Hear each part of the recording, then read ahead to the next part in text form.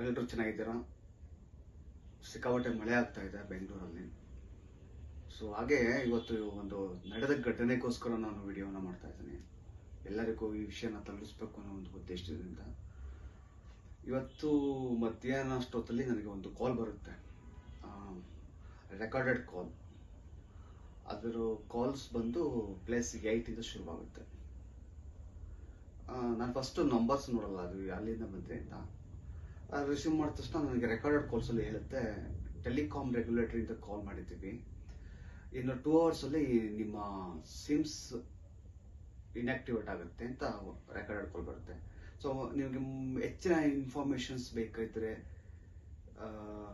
ಒಂದು 0 ಅನ್ನು ಒತ್ತಿ, ಮತ್ತು ಇನ್ನೊಂದು ಕಸ್ಟಮರ್ ಕೇರ್ ಜೊತೆ ಮಾತನಾಡಲಿಕ್ಕೆ 1 ಅನ್ನು ಒತ್ತಿ ಅಂತ ಕಾಲ್ಸಲ್ಲಿ ಇನ್ಫಾರ್ಮೇಶನ್ ಬರುತ್ತೆ.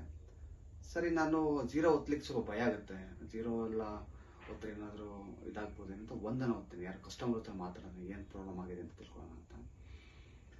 ಫಸ್ಟ್ 0 ಆದಮೇಲೆ ಸ್ವಲ್ಪ ಹೊತ್ತಾದ್ಮೇಲೆ ಕಸ್ಟಮರ್ ಕೇರಿಂದ ನನಗೆ ಕಾಲ್ ಕನೆಕ್ಟ್ ಆಗಿ ಮಾತಾಡೋಕೆ ಶುರು ಮಾಡ್ತೀನಿ. ಅವ್ರು ಹಿಂದಿಯಲ್ಲಿ ಮಾತಾಡ್ತಾರೆ, ನಾನು ಇಂಗ್ಲೀಷಲ್ಲಿ ಮಾತಾಡ್ತೀನಿ. ಆಗ ಅವ್ರು ಅಂತಾರೆ, ಸರ್ ಜಸ್ಟ್ 5 minutes ವೆಯ್ಟ್ ಮಾಡಿ, ನಾನು ನಿಮಗೆ ಕಾಲ್ನ ಕನೆಕ್ಟ್ ಮಾಡ್ತೀನಿ ಇಂಗ್ಲೀಷ್ ಮಾತಾಡೋದು ಅಂತೇಳಿ ಕನೆಕ್ಟ್ ಮಾಡ್ತಾರೆ. ನನಗೆ ಅವಾಗ ಸ್ವಲ್ಪ ಗಲಿಬಿಲಿ ಆಗುತ್ತೆ. ಏನಿದು, ನಂಬರ್ ನೋಡಿದ್ರೆ ಪ್ಲೇಸ್ 8 ಇದೆ, ರೆಗ್ಯುಲೇಟರಿ ಅಂತ, ಟೆಲಿಕಾಮ್ ರೆಗ್ಯುಲೇಟರಿ ಅಂತ ಬೇರೆ ಹೇಳ್ತಾ ಇದ್ದಾರೆ, ಏನು ಮೋಸ ಏನಾದ್ರು ಇರ್ಬೋದಾ ಅಂತ ಹೇಳಿ ಕಾಲ್ ಡಿಸ್ಕನೆಕ್ಟ್ ಮಾಡಿಬಿಡ್ತೀನಿ. ಅದಾದ್ಮೇಲೆ 3 minutes ಮತ್ತೆ ಸೇಮ್ ಪ್ಲೇಸ್ 8 ಇಂದಾನೆ ಬೇರೆ ನಂಬರಿಂದ ಕಾಲ್ ಬರುತ್ತೆ. ಸರಿ, ಏನಿರ್ಬೋದು ಅಂತೇಳಿ ರಿಸೀವ್ ಮಾಡ್ತೀನಿ. ಆಗ ಅವ್ರು ಹೇಳ್ತಾರೆ,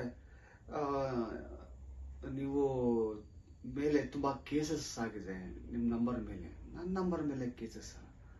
ಏನು ಕೇಸಸ್ ಅಂತ ಕೇಳ್ತೀನಿ. ಇಲ್ಲ, ನಿಮ್ಮ ನಂಬರ್ ಮೇಲೆ ಇಲಿಗಲ್ ಆಕ್ಟಿವಿಟೀಸ್ ಮಾಡಿದ್ದೀರಾ, ಮುಂಬೈಯಲ್ಲಿ 30 ಕೇಸು ಫೈಲ್ ಆಗಿದೆ.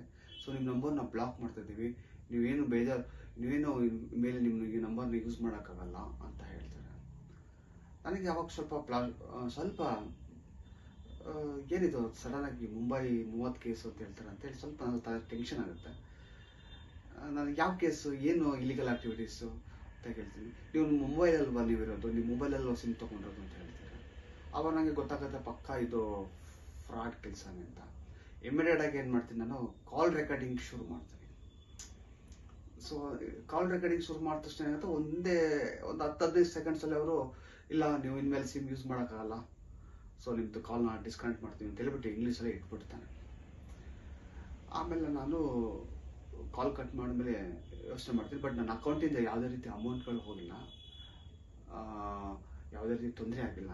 ಬಟ್ ಈ ಥರ ಮಾಡೋದ್ರಿಂದಾಗಿ ಬೇರೆಯವ್ರನ್ನ ಎದುರಿಸಿ ಹಣವನ್ನು ಕೇಳ್ಬೋದು, ಅಥವಾ ನಿಮ್ಮ ಬ್ಯಾಂಕ್ ಅಕೌಂಟಿಂದ ಯಾವ್ದಾದ್ರು ನೀವು 0ನ ಪ್ರೆಸ್ ಮಾಡಿ, ಅಥವಾ ಬೇರೆ ಏನಾದರೂ ಲಿಂಕ್ಸನ್ನು ನೀವು ಪ್ರೆಸ್ ಮಾಡಿ ಅಮೌಂಟ್ ಹೋಗ್ಬೋದು. ಸೊ ಹಾಗಾಗಿ ಎಲ್ಲರೂ ಹುಷಾರಾಗಿರಿ. ಇವತ್ತು ಆದ ನನಗೆ ಸಣ್ಣ ಅನುಭವ, ನನಗೇನು ಇದರಿಂದ ಸಮಸ್ಯೆಗಳಾಗಿಲ್ಲ. ನಾನು ಎಚ್ಚೆತ್ಕೊಂಡೆ. ಆಮೇಲೆ ನಾನು ನಂಬರ್ 8 ನೋಡಿದೆ, ಅದು ಕಂಟ್ರಿ ಕೋಡ್ ನೋಡಿದೆ, ಅದು ಗೊತ್ತಾಯ್ತು ಚೈನಾದಿಂದ ಕಜಕಿಸ್ತಾನ್ ಅಂತ ತೋರಿಸ್ತಾ ಇತ್ತು ಗೂಗಲಲ್ಲಿ.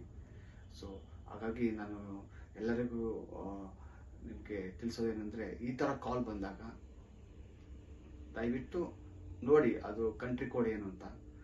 ಪ್ಲಸ್ 91 ಇದ್ರೆ ಮಾತ್ರ ರಿಸೀವ್ ಮಾಡಿ, ಬೇರೆ ಯಾವುದೇ ಕಂಟ್ರಿ ಕೋಡ್ ಇದ್ದರೆ ದಯವಿಟ್ಟು ರಿಸೀವ್ ಮಾಡಲಿಕ್ಕೆ ಹೋಗಬೇಡಿ. ಯಾಕೆಂದರೆ ನೀವು ಮಾತಾಡ್ತಾರೆ ನಿಮ್ಮ ಫೋನಿಂದ ಅಮೌಂಟನ್ನು ಕೂಡ ಅವರು, ನಿಮ್ಮ ಅಕೌಂಟಲ್ಲಿ ಅಮೌಂಟನ್ನು ಕೂಡ ಖಾಲಿ ಮಾಡ್ಬೋದು.